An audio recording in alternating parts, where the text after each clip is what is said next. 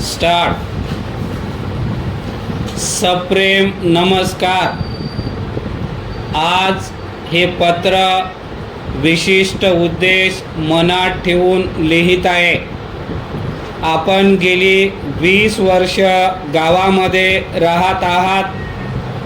या गावाबद्दल आपणास अभिमान आहे. गावाच्या सुधारण्याच्या दृष्टीने आपण सतत प्रयत्नशील असता. म्हणूनच आपणास हे पत्र लिहित आहे. परिच्छेद.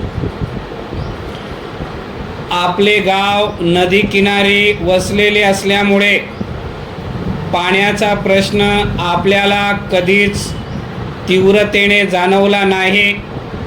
पाऊस पाणी वेळच्या वेळी मिळाल्याने आपल्याला कधी दुष्काळाला अगर अन्न टंचाईला तोंड देण्याची वेळ आली नाही.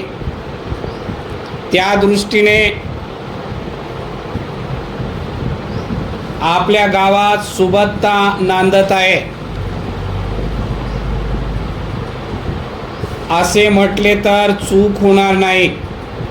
तरीही वारंवार इतर जिल्ह्याचा प्रवास करणाऱ्या माझ्यासारख्या माणसाला सतत एक जाणीव होत आली आहे. आपले गाव उद्योगधंद्याबाबत अगदीच मागे आहे. आज प्रत्येक क्षेत्रात ज्या झपाट्याने प्रगती होत आहे त्या मानाने आपण फार मागे पडलो आहोत. काही सुधारणा तर आपल्यापर्यंत आलेल्याही नाहीत.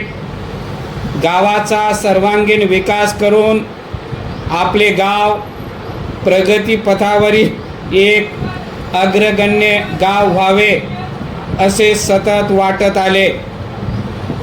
आणि म्हणून याच हेतूने काय करता येईल याचा विचार करण्यासाठी आपल्यासारख्या जागरूक नागरिकांनी एक बैठक दिनांक 8 डिसेंबर 1980 रोजी बोलावली आहे. परिच्छेद. आपण या बैठकीस अवश्यमेव उपस्थित राहावे. फक्त एकच विनंती आहे. आपण येताना आपल्या गावाची आर्थिक, सामाजिक आणि भौगोलिक परिस्थिती लक्षात घेऊन आपल्याला काय उपक्रम सुरू करता येतील याबद्दल विचार करून यावे. यात मग सहकारी संस्था असतील, काही उद्योग आपण शासनाच्या मदतीने सुरू करू शकतो. त्याचप्रमाणे आपल्या येथील जे काही थोडे बोटावर मोजण्या एवढेच उद्योग आहेत ते सुधारण्याच्या दृष्टीनेही विचार करता येईल. अनेक लहान सहान वस्तूसाठी आपल्याला दुसऱ्यावर अवलंबून राहावे लागते. या वस्तू आपण येथे निर्माण करू शकू याचाही विचार करता येईल. तसेच शेती हा काही वर्षभराचा उद्योग नव्हे.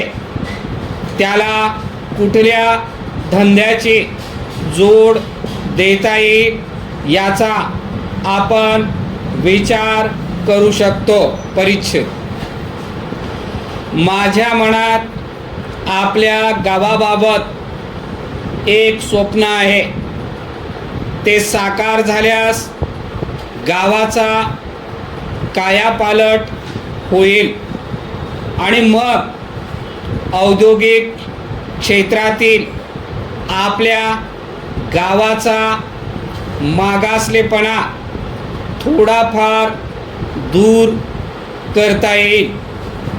इतकेच नव्हे तर आपल्या गावातील बेकारीही दूर होईल. परिच्छेद.